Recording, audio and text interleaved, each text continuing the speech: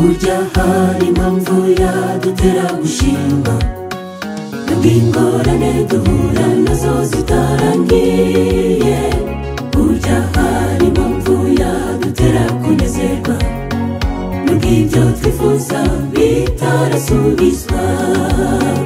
Tumenye ko dukwiye kunyurwa n'ibyo dufite, guhangayikira amafaranga n'ejo hazaza tubisimbuze kugira Imana mbere na mbere. Twizere ko n'ibindi izabikora.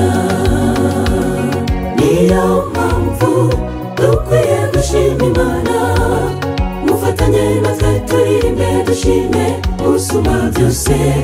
Uwiteka Yehova Eli Elohimu El Shaddai, niwe ukwiriye guhimbazwa iteka n'iteka. Niyo mpamvu dukwiye gushima Imana, mufatanye natwe turirimbe dushime usumba byose. Uwiteka Yehova Eli Elohimu El Shaddai, niwe ukwiriye guhimbazwa iteka n'iteka.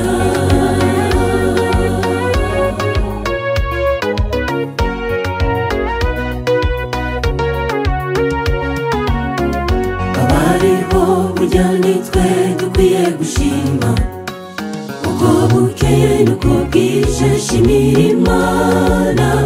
Uri muzima, icyo ni igitangaza mu bindi, wibuka aho Imana yagukuye.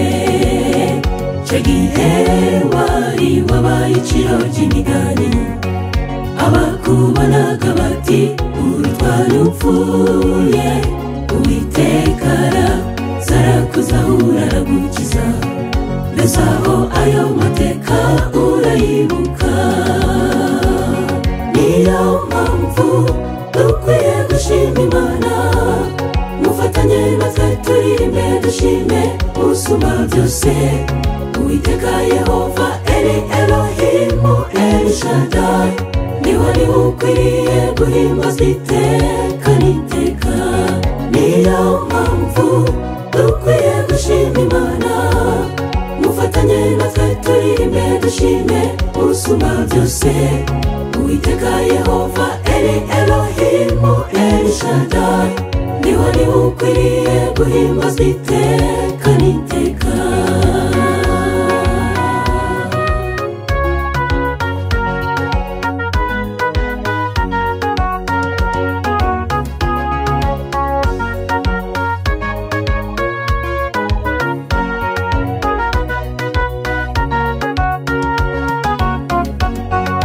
Ukuboko kwawe Mwami Imana, wakoze imirimo myinshi Imana.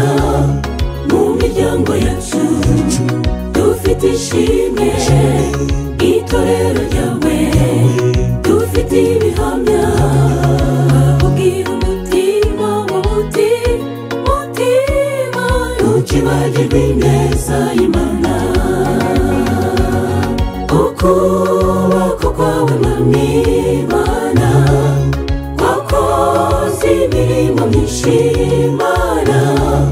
Mu miryango yacu dufite ishimwe, itorero ryawe dufite ibihamya. Ubwira umutima ntukibagirwe ineza y'Imana.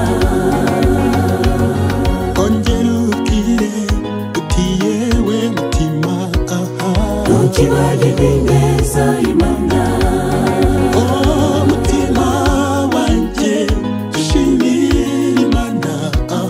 Ntukibagirwe ineza y'Imana.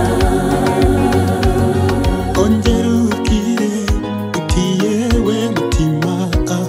Ntukibagirwe ineza y'Imana. Umutima wanjye ushimira Imana. Ntukibagirwe ineza y'Imana.